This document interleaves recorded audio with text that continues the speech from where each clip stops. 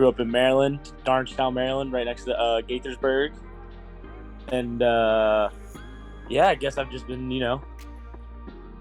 doing sports and stuff my whole life, just hanging Dude, around. terrible introduction. All right, this dude is a two-sport Division I athlete, like all state, all everything in high school, like an absolute stud. That was like the most drawn out introduction ever. Dude, you can be like cocky, like people know who you are. You're a big time dude. So Thank let me you. just add that to his introduction. Brandon, continue. So let's start at the beginning then. You said just outside of Gaithersburg, right? So is that where you were born and raised, or did your family move there when you were younger? No, I was born and raised there. I've lived in the same Okay. house since I was like 2 or 3 years old. So yeah, been there my whole life. Okay. So what was that early childhood like? This is my first time ever leaving Maryland, being down in Texas. Oh, really? Yeah, first time ever. Gee, actually, you know what? Now that I think about it, I feel like a lot of Americans are like that. Yeah, Yeah. it makes sense. This is my state. I'm gonna stay here. I'm comfortable. The states are big, a lot to do. It depends on what state, yeah, but I get you. So what were your parents like? Are they athletes too, or where do you get your athleticism from? Yeah, they're definitely athlete based. I mean, they didn't play any college sports, but like my mom growing up, she ran marathons, and my dad was always a real good athlete. And I think he would have been really highly recruited, but he grew late, so he got put in the school early when he was like 4 or 5, started kindergarten. So he graduated high school when he was 16 or 17, and then by the time he was 20, he was 6'5". But when he graduated high school, he was 6 feet. So, Sheesh.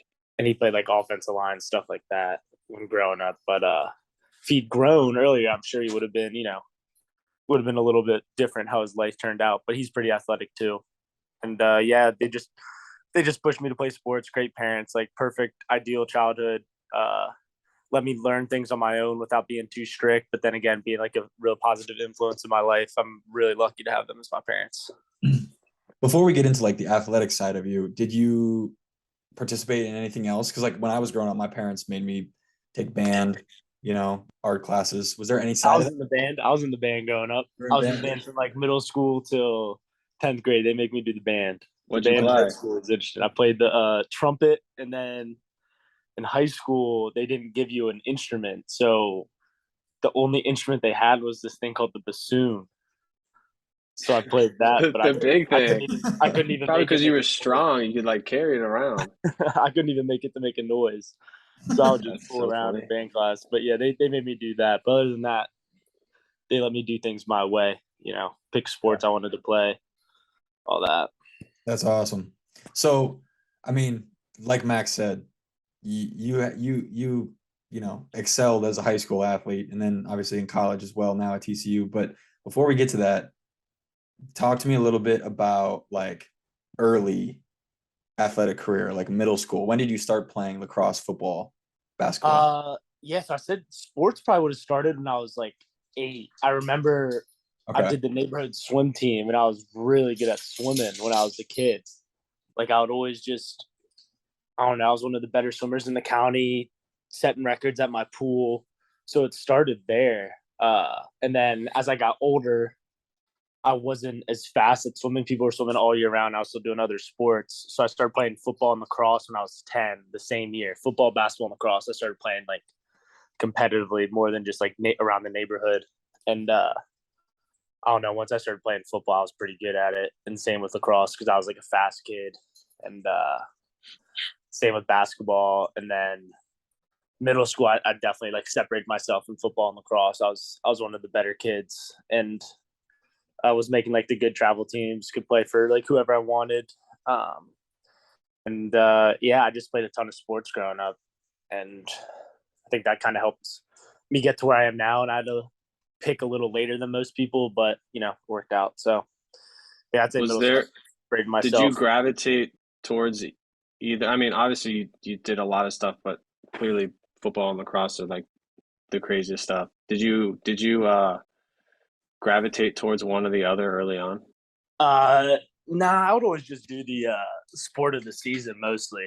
So like whatever season it was the sport I would do. So like, in the fall, football's on TV, so you just want to play Right. football. And then in the winter, basketball's on TV, and I had a basketball court in my backyard, so me and my dad would always get shots up. And then just progress from there. Spring, baseball's not that big in Maryland.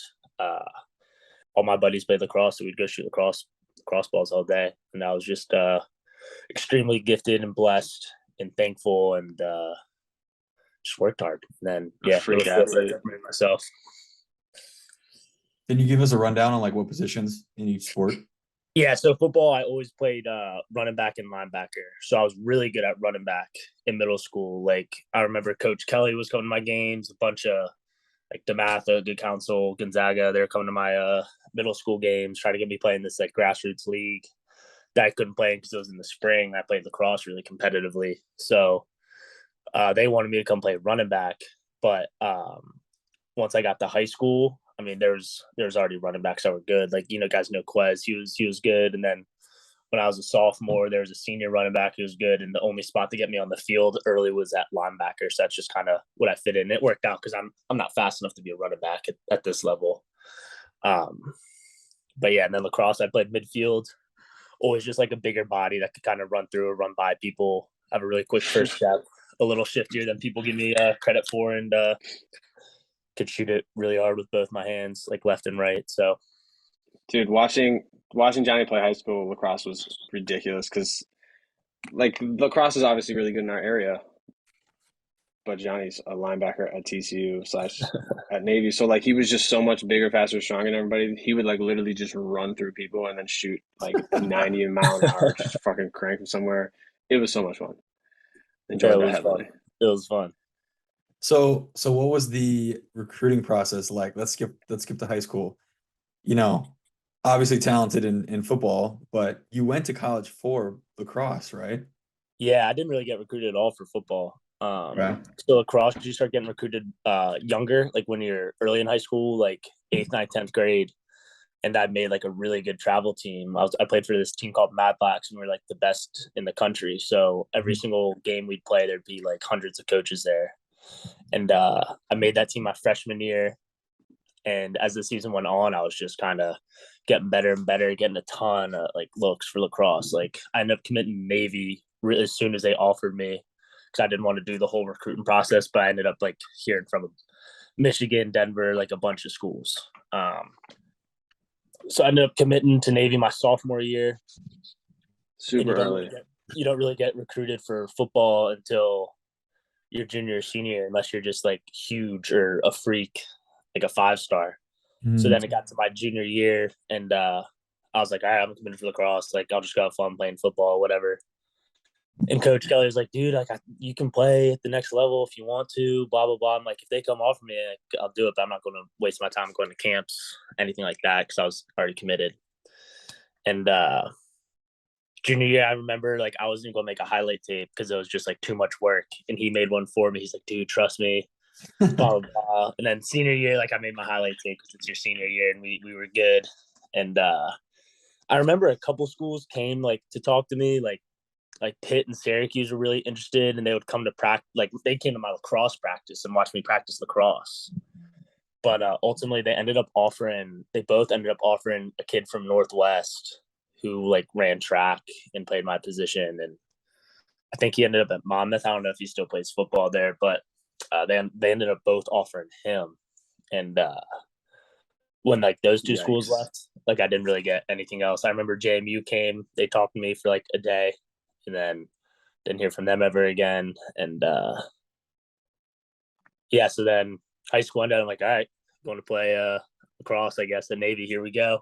Went there, and it was a time. It was an adventure. If one of those schools would have offered you and you had the choice between lacrosse and football, what would you have picked?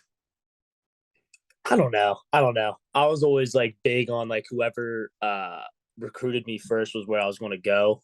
Like, I like that kind of mindset, and I didn't love the recruiting process because I don't love attention on myself. Like, that's just who I am. Like, I don't need to be in the spotlight. Like, I enjoy seeing my name like in limelight, but at the same time, I don't like putting myself out there. Like, so I don't know. But the only school I did get a couple offers for football. I got an offer from Rice in Texas. I got an offer from Army, and I knew I wasn't going to either of those schools for football because one, I was already committed to Navy, so I didn't like Army, and then for Rice, they just weren't very good, and I didn't want to go to a bad program, but I ended up being a part of one that was pretty rough for a couple of years. So it was crazy. But yeah. So if they'd offer me, I don't know. I was big on whoever called me first is where I was going to go. So Yeah. at the time, I probably would have ended up playing lacrosse.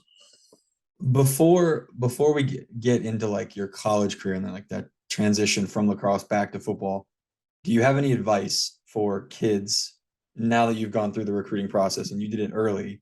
Would you tell kids to do the same thing you did, or would you say wait a little bit longer, get all the offers that you can? Because I've seen it both ways. It's worked both ways, and it's hurt people both ways too. Yeah. I would just say, like, I don't know. I've always done things my way, and I'm glad I did it because everything happens for a reason. So if I was to give advice to a young kid, I'd be like, hey, listen, go out there, have fun, do your best. If you're good enough, they're going to come. So you don't even need to worry about anything. If you're good enough, your coaches will know, they'll come. If not, I mean, go out there, have fun. But you don't need to be freaking out trying to get as many offers as you can. If you're going to get a lot of offers, like, you're going to get a lot of offers. There's not many cases where you just kind of fall through the cracks anymore. But yeah, just go out, have fun, do the best you can. That's all I'd say. So where did you're at Navy playing lacrosse? Where did football come in? Yeah, so I was playing lacrosse, and it was going well. I mean, I struggled in the fall, so our first fall season. But I mean, that's what happens when you're a freshman. You're just kind of finding your way, figuring out college. It's the same thing that would happen if I played football. You just struggle. Like, you go from being the guy to not being the guy. Just figure out adapting. And then once we got to the spring, I ended up playing D midi because they told me like that was the quickest way for me to get on the field. I was athletic enough, and we were a little shorter there than we were on offense. So I started playing D midi, and I really started getting like some good mentorship from some seniors on the team on the defensive side of the ball, because it was a little less. It was just a little different because you kind of already knew who like the guys were. Yeah. And but I was playing. I was doing great. I ended up playing in one game, played well. And unfortunately, the season ended because of COVID. And I was like, I really started making strides when the season ended. So I was kind of bummed. I was like, damn, like, what usually happens if you can play, you start showing flashes in practice, and then you earn your spot. And that's what I felt was happening to me at defensive midi, especially in like transition and stuff, because I had a good shot. But the season ended because of COVID. And then I just went home and I was partying all the time, having fun with my neighborhood friends. And I was like, dude, I need some sort of direction, like something to work to. And Navy had actually been really good at football that fall. And they went like 11-2. They had this quarterback, Malcolm Perry, who went to the NFL. And I was like, going to every game, because you go to every game as a student, you have to. Sure, and yeah. I was like, dude, I know I can play here. Like, I wish I was out there. There's thousands of people in the stands. And you miss it. You miss like the rush, because football is like, it's just more important than lacrosse in this country. So I was like, damn, I wish I was out there. So then COVID happened, just gave me a chance to start, either doing nothing or start working for something. So COVID gave me that chance to start playing football. And I just started emailing the coaches at Navy, like Nehemiah, the defense coordinator, my position coach. I got my high school coach to reach out to him, put in a good word. And after like a couple of weeks of doing that, they're like, yeah, they'd give me a shot. So they gave me a shot. That's awesome. Yeah. So for the kids out there that are wanting to play college lacrosse, can you give them an idea of what practice is going to be like? What's a typical practice schedule like for you guys? Well, it's different at Navy because there's so much other extracurricular stuff, but you'll have a lift. So we'd have like a 30-minute to an hour lift, like 2 or 3 times a week in season. And then you have like a 2-hour practice, and at ours would be in the like afternoon/evening. And then you'd just be expected to play like a ton of like wall ball, a bunch of fundamental stuff, working on your craft, taking extra shots. So you'd expect like a lift and a practice just about every day. And then film mixed in somewhere there. Yeah, so something like that. Is that stuff like what you're expected to do on your own, or is that something that's like scheduled by the team? Like, yo, this group is going to lift at this time. The lift is scheduled by the team. Practices are scheduled by the team. You're expected to like put in extra work on your own, because just stick skill stuff. Okay. Especially me, because I was like kind of a raw lacrosse player. Like, I was athletic enough, but I hadn't played lacrosse year round ever. So like I would just do stuff like drop a pass, but then I would like have a really good dodge and score a goal. But then next thing you know, I'd like just lose the ball for no reason. Just just stuff you have to figure out, which happens a lot of the time. Yeah. Did you ever have your shot clocked? Yeah, I never got over. I got like 97, which is pretty fast. Like pretty average for D1, but like the fastest kids at Navy could shoot like 105, 107. There's this one kid that's a wicked shot. His name's Dane. But yeah, I never got over 97, but still moving. Yeah, that's not too shabby, I No. guess. It's just casual. Yeah, a casual 97. Did I tell you, Mac? I don't think I told you. I went to like a fair the other day, and they were like, if you can throw over 80, or if you can like throw this is baseball. You can throw a Yeah. baseball and predict how fast you threw it, that you can win like a drink, like a Coke or a soda. And so I'm like, oh, dude, I got this. I could throw over 80. 80's slow, like MLB pitchers are pitching 95. I like almost threw my arm out whipping this thing, and it was like 63. Dude, I would have said in the 50s. Oh, it was I terrible. don't think I could throw a bait. There's no way. Especially like cold turkey like that, just like walking up, throwing it. Dude, I would have easily been in the 50s. I went in so confident. And then I tried to like guess the miles per hour, like how fast it was moving. Way off. Way off. What a loser. It was the most humbling. I didn't get my soda. I'm pissed. But. Hell no. 97. 97 is ridiculous. Even as lacrosse, like that's ridiculous. Yeah. So then walk me through the transition, right? Were the coaches upset, or was everyone kind of like, you know what, go for it, try it? They were more like, go for it, try it. I mean, I wasn't really like a huge role. I played D midi, and I wasn't starting my freshman year. So it wasn't like they're like, dude, we need you, blah, blah, blah. It was like, all right, man, like this, you put in the work, like you were trying your best. You probably would have, like I would end up being like, a gritty player on the team, never like the star, but never like a scrub. And they're like, go do you, man. If you ever want to come back, you always have a spot on the team. I really appreciated that because I forgot to tell you, I got recruited by a different staff. So when I was a freshman doing like the plebe summer, like military boot camp stuff, my coaches got fired, and new coaches got hired. So when the new coaches said that to me, that was really like, touching. I was like, thank you, all that stuff. So, yeah, that's rare. It wasn't like a bad thing that I left. They're just fine. I wouldn't have made the team any better or worse. Yeah. So then COVID hits, right? And now you got this goal in mind. What are you doing? Are you getting in the gym? Are you getting do you have a field near you, or what's the game plan? Yeah, I just got in the gym because. Did you have like Navy COVID workout? Like Oh yeah. As like a midshipman, did you have like COVID stuff? You know what I mean? No. Like, how did that work? So sudden, and everyone was so afraid of stuff. You were just kind of expected to do workouts on your own. So yeah, I knew like there's just like one military conditioning test you have to pass. You have to run a mile and a half and do like a couple push-ups and sit-ups. So I knew I could do that in my sleep no matter what. So I just got really big. At the time I was weighing like 205, 210. Like I was in lacrosse shape, just could run forever. And playing inside linebacker at D1, like 205, 210, you're just not going to be able to fit the A gap.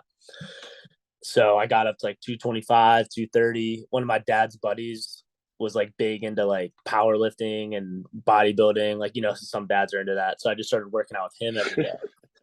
He started giving me like, like vitamins to take, creatine, the right protein powder.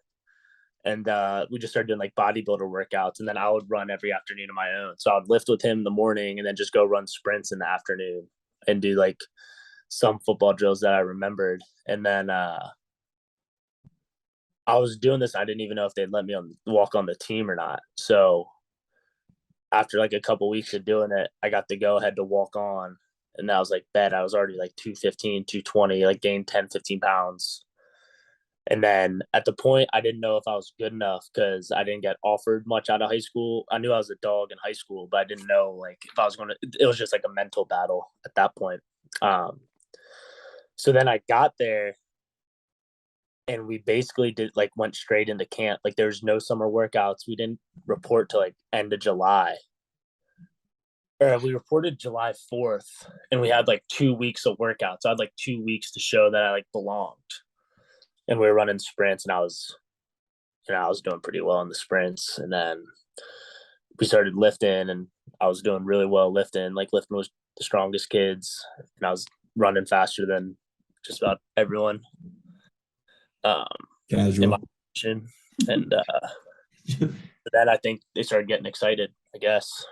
And then got into camp, and you couldn't even like hit in camp because of COVID or something like that. Like we couldn't interact. They were scared of getting too close. So like that was really hard because I couldn't really show that I could hit, because inside linebacker, like they're an old school type team. Like, I couldn't even show. And then you're trying to learn the playbook, and it's college football, and it's so much different, so much more is coming at me. And when you can't even do it live, like it's really hard to retain the information. Because I went from reading like basic reads in high school, and then all of a sudden I'm reading like receivers, stances, tight ends, stuff that's simple to me now. But at first it's really hard, especially with no live reps. Right. So, so it was crazy camp. And then by the grace of God, they just traveled me the first week. Like all camp, there's like a varsity team and a JV team that you'd be practicing with. And I was practicing with the JV team. Obviously, I'm a walk-on. Like they didn't even know who I was. And then like the last 2 weeks before the game, I got pulled up to the varsity team for practice. I was like, oh, let's go. Like I must be doing something right. First practice with varsity, like I remember I'm hitting this like offensive lineman sled. We're just hitting it. And we had this one real good linebacker. His name was Diego, and he like killed the sled. I was like, damn, that's a fucking football player right there.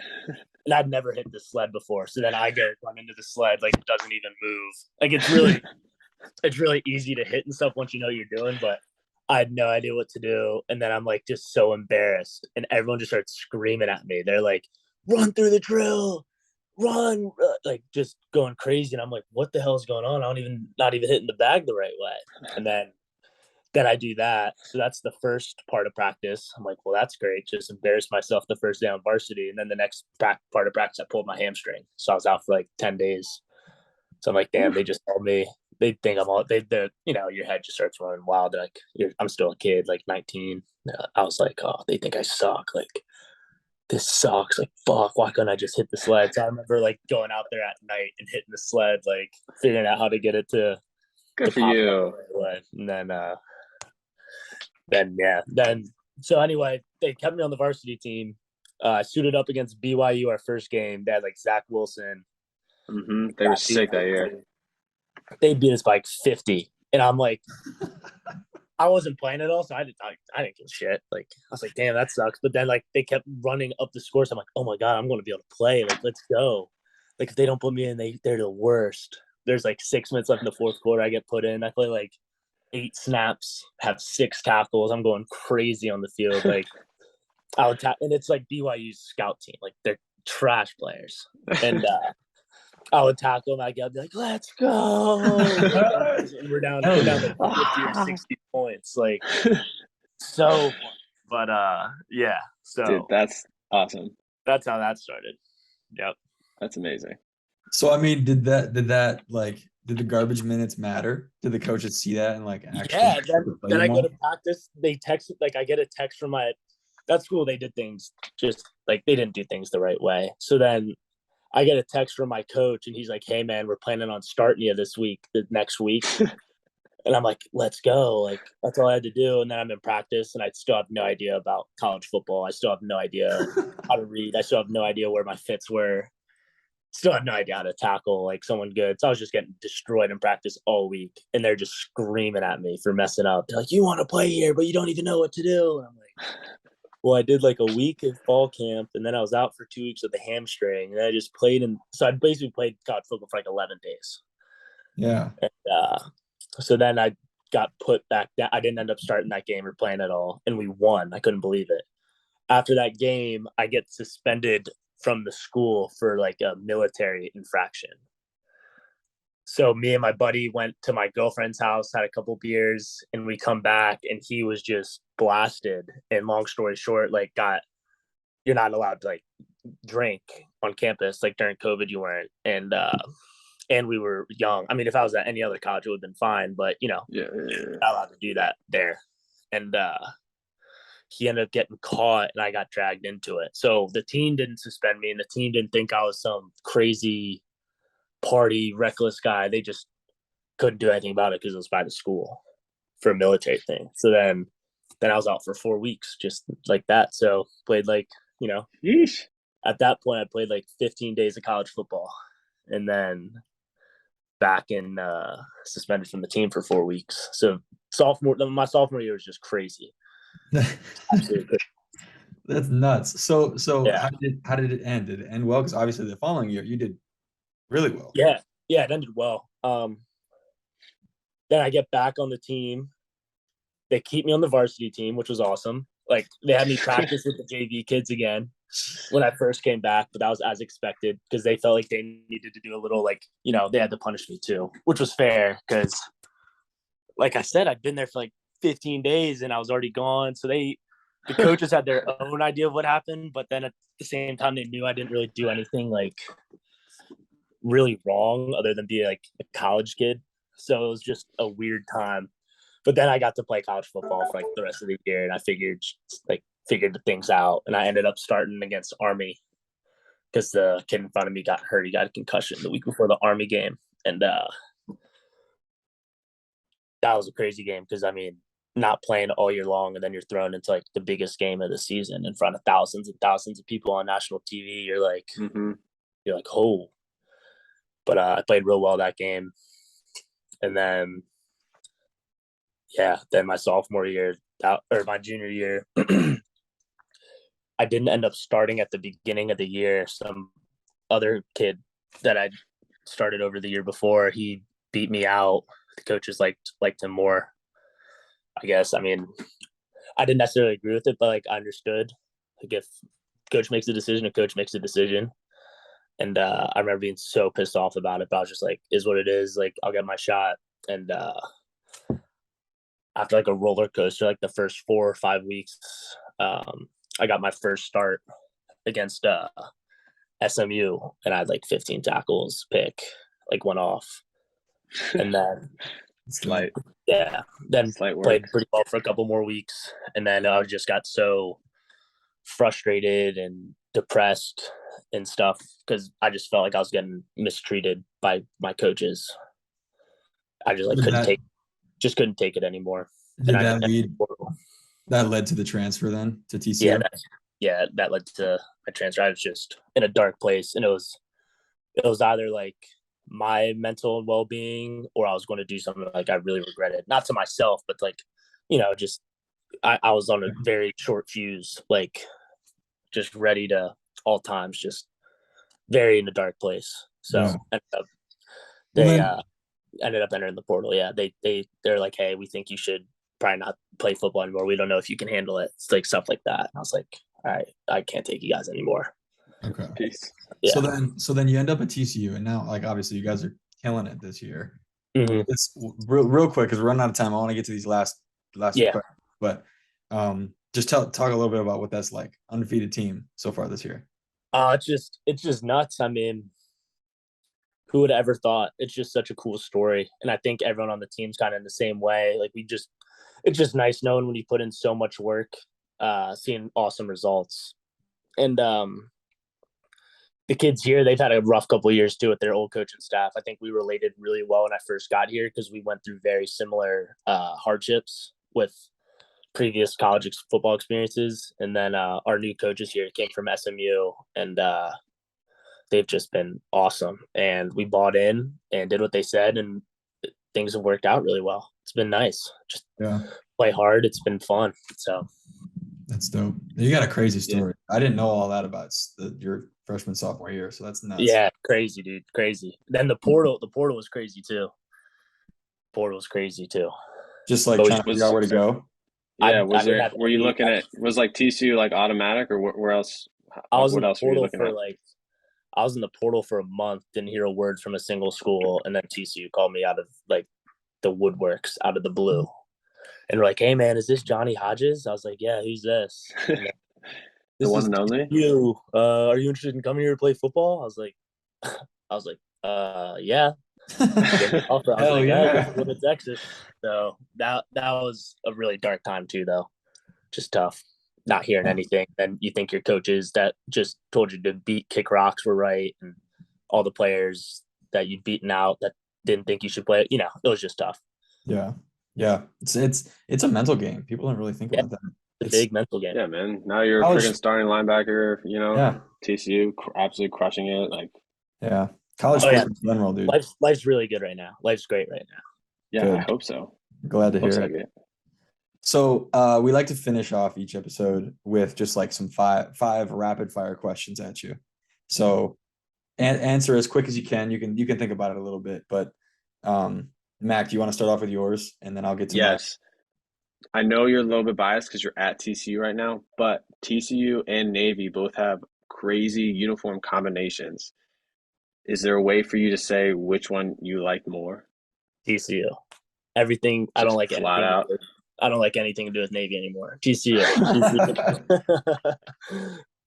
All right, that's fair. That's fair. You gotta add on to that though. What combo? White, purple, You can't go wrong with an all black uniform, but black. the yeah. one that I Dude, really the TCU's thought all looked good- black are crazy. Yeah, the one I really thought looked good. We went purple, white, purple week 1, and that looked pretty clean. But all black for sure. Like can't go wrong with all black. It's hard to mess that up. Yeah. All right, second one. What is the craziest thing a coach has done to you during a game or practice? Craziest thing a coach has done to me during a game or practice, Or to someone like on your team? Just what's the craziest thing a coach has done or said? other than just like, you know, it's hard to take it. There's been a couple instances. I'll just say like some yelling stuff, but I'll just keep it at that. Yeah. The safe answer. Yep. All right. I Just respect it. loud it. words. If you could change one rule about football or lacrosse, what would that rule be and why? I'd have to go with football, and I'd have to say like targeting or roughing the passer, just because all the time there's so many very questionable calls, and Yeah. it's giving a lot of leeway to the offensive side of the player, but not the defensive player. Yeah. Your head- Spoken like a true linebacker. Yeah, if a running back lowers his head and your head hits him, you get thrown out, not him. So just some with that rule. Preach. Okay. Yep. Preach. How would you change it? Like How would I change it? What would you change to like actually make it fair? I mean, I'm big on player safety and keeping heads out of tackle, but if it's like accidental and it's not like clear, just something you can tell when someone like really goes at someone's head. Like if you hit them high, head down, all that stuff gone. But if it's like hit quarterback while he's scrambling and like the Clemson linebacker got a couple years ago got thrown out of the national championship game for something like that. I was like, come on, like something like that. So make it so it has to be blatant. Like everyone has to be like, yeah, like he's got to go, not this questionable stuff. Okay, gotcha. What do you want to do after your athletic career comes to an end? After my athletic career, I'd have to say something with business, something finance related. I know a couple computer languages, so hopefully that get my foot in the door somewhere, something with business. Hopefully making a lot of money. Or coaching, you never know. I didn't think I'd ever play football again. So I definitely don't think I'm going to coach right now, but it might happen. So yeah, who knows what you're going to end up doing exactly. 5 years. If you won $100 million tomorrow, what would you do with it? I would just put it in the bank and not tell anyone, because life, like I said, life's pretty good right now. So I'd keep playing football, but then at the same time, I wouldn't be like, all right, I don't have to stress anymore. Like I got $100 million in the bank, chilling. Right. Okay. Yeah. Last You one. Venmo me some though, right? Yeah, I've been reading. Oh, yeah. Shit. Yeah, right. You would. Last one is a good one, and it's a good one to end on. What is the best piece of advice that you've gotten throughout your career?